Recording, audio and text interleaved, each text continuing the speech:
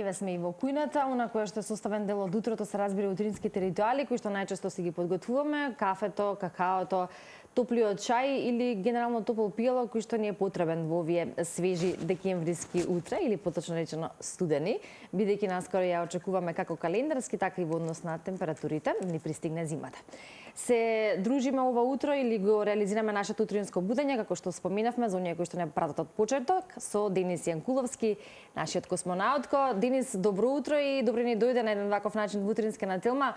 Последно се видовме на крајот од летото, малку зборувавме за секојдневието и утринските ритуали, а овој пат на соодветно на денешниот ден, како еден, реков, и забележуваме и во нашата тема, одличен пример за ширење на љубовта преку инклузивна игра. И што би рекол тој преку својот проект Гуш и Бац од утринска на Телма.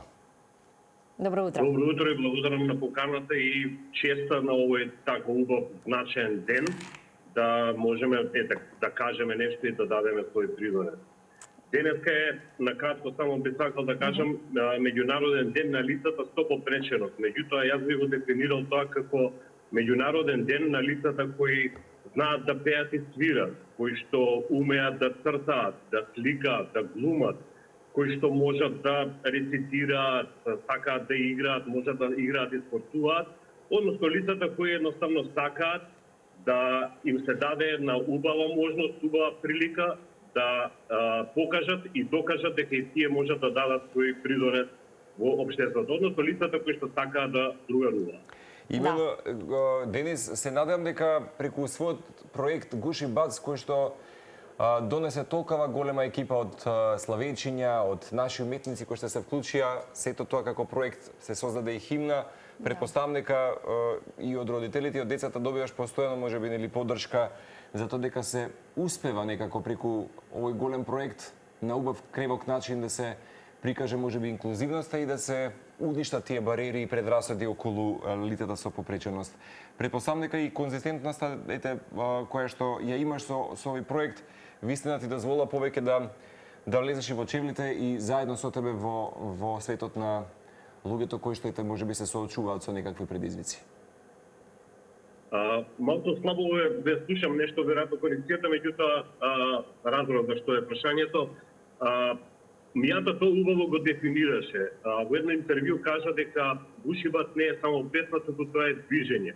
И навистина, еве, една година како изгледа песната, втор пат настапивме на фестивалот Златно славече, кој што јас секогаш го кажувам, не само јас, туку тоа и тие докажуваат дека едноставно Златно славече е место каде што сите деца различни се всушност исти, сите се почитувани и прифатени. Многу ме радува оваа песна која што е дело на Мијата и Весна Малинова и огромниот тим кој што не би можел сега сите нели веднаш да ги набрам, меѓутоа знаат кои се и почитувани се секако. И таа песна навистина покажува дека децата всушност и не прават едноставно немаат предрасуди.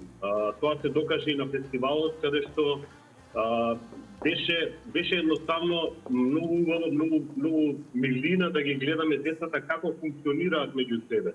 Златните славејчиња, златни во секој поглед, така убаво ги прифатија другите дечиња, другите славејчиња, односно веројатно и самите меѓу себе си се препознаат толку убаво, толку искрено, да тоа беше, пак ќе кажем, едноставно беше во одушевување, гледавме како функционираат и на големите, да речам, славејчиња, ми беше многу лесно да настапиме во тоа.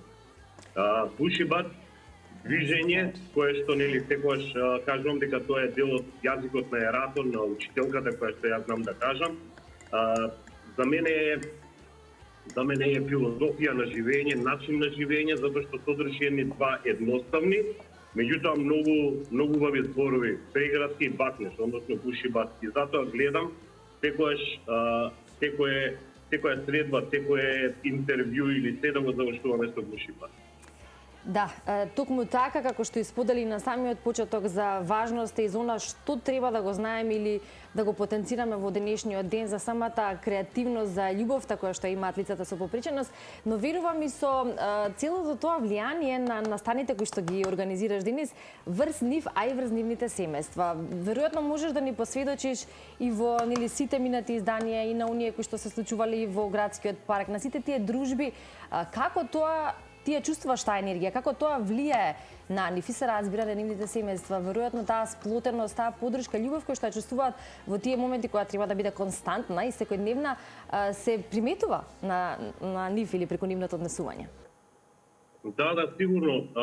Тоа е една взаемна енергија која што, еве накратко, како јас ја доживувам, односно како гледам на сето тоа, тие како ги доживуваат сите тие дружби, настани, без разлика од кој тип се, дали е работилница, дали е посета, дали е еве и со сликовниците, сето тоа што успеам да го правам. Доволно е да ви кажам како пример што кога ќе се случува настанот, кога доаѓаат, да речеме, сите овие деца, сите овие лица што има и по возрасти, нели?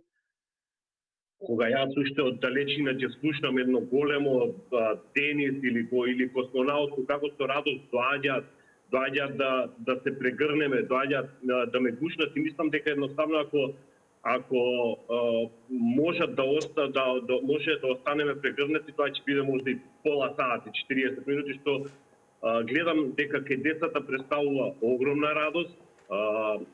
Кај мене, не знам, едноставно јас мислам дека никогаш нема да го најдам вистинскиот збор да опишам јас како се чувствувам. Сите оние убави зборови кои што може да се најдат буквално во цел свет, пак мислам дека нема да биде доволно.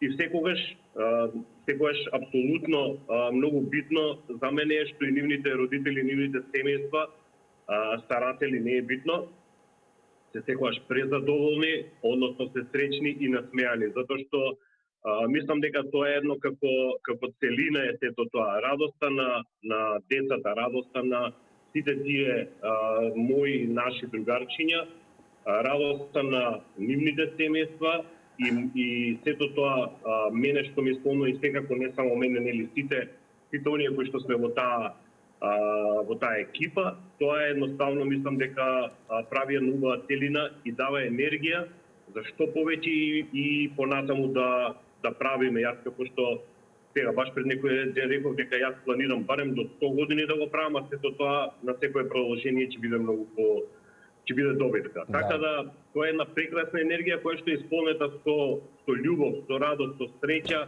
И најважното според мене, особено кога се работи за овие дечиња, тоа е искреноста. Само искрен пристап, кој што тие го чувствуваат, мислам дека е едноставно дава леснотија, буквално мазно на што вика да функционира. Да, како што кажа Ивана, за настаните кои што ги правиш и под отворено небо некој пат или и во затворен простор, неважно, трансформацијата е евидентна. Преку можеби говорот на телото, експресијата која што може да ја погледнеме благодарение на овие фотографии, чисто да споменеме како еден еклатантен пример за проект кој што знае да придонесе многу повеќе од насмевка што се вели кај овие дечиња.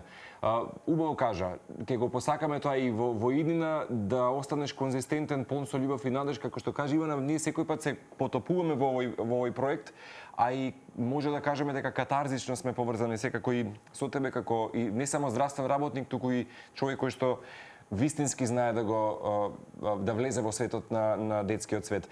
А инаку кога сме во декемврискиот период, еве уште едно кратко прашање и одговор од тебе нека биде како ќе ја поминеш можеби декемвриската магија и празниците и што може да очекуваме од нашиот космонаутко за 2026.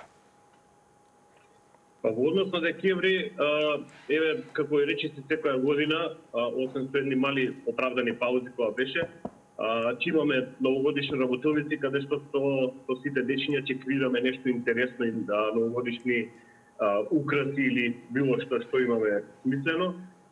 Една исто многу убава работа која што ми израдува мене секако и сите нас од екипава. Тоа е вчера што дефиниравме што на 27, мислам дека е сабота, 27 декември ќе бидеме гости на еден убав традиционален фестивал или базар, не знам како точно да не сгрешам, меѓутоа нема да ме замерат драгите крушевчани. Ќе бидеме во Крушево, ќе имаме дружба со дечињата, така да ете, тоа исто многу ме радува што всушност и се шириме надвор од Скопје, веќе неколку пати сме биле, се сакаме нели низ цела Македонија, здравје Божи, тоа ќе дојде. 2026 година веќе е испланиран настанот на школка, мислам веќе е во планови. Во агенда. И она што секако мене ме радува е што здравје Боже, 2026 година ќе излезе и третата сликовница. Темата е ова, нели како и претходните две, и се она што го правиме, мислам дека ќе биде многу интересна. Меѓутоа, за тоа потоа и секако знам дека на Телма секогаш ќе имам простор да промовирам се, зашто најдуши најбац има до вас. Да, така е, Денис, добро спомена. Само што сакав да речам, одлично, многу поводи за следни наши средби и овде во студиото и со задоволство да ги представиме сите тие нови нешта кои верувам дека ќе го имаат истиот, па дури и посилен ефект како сите минати.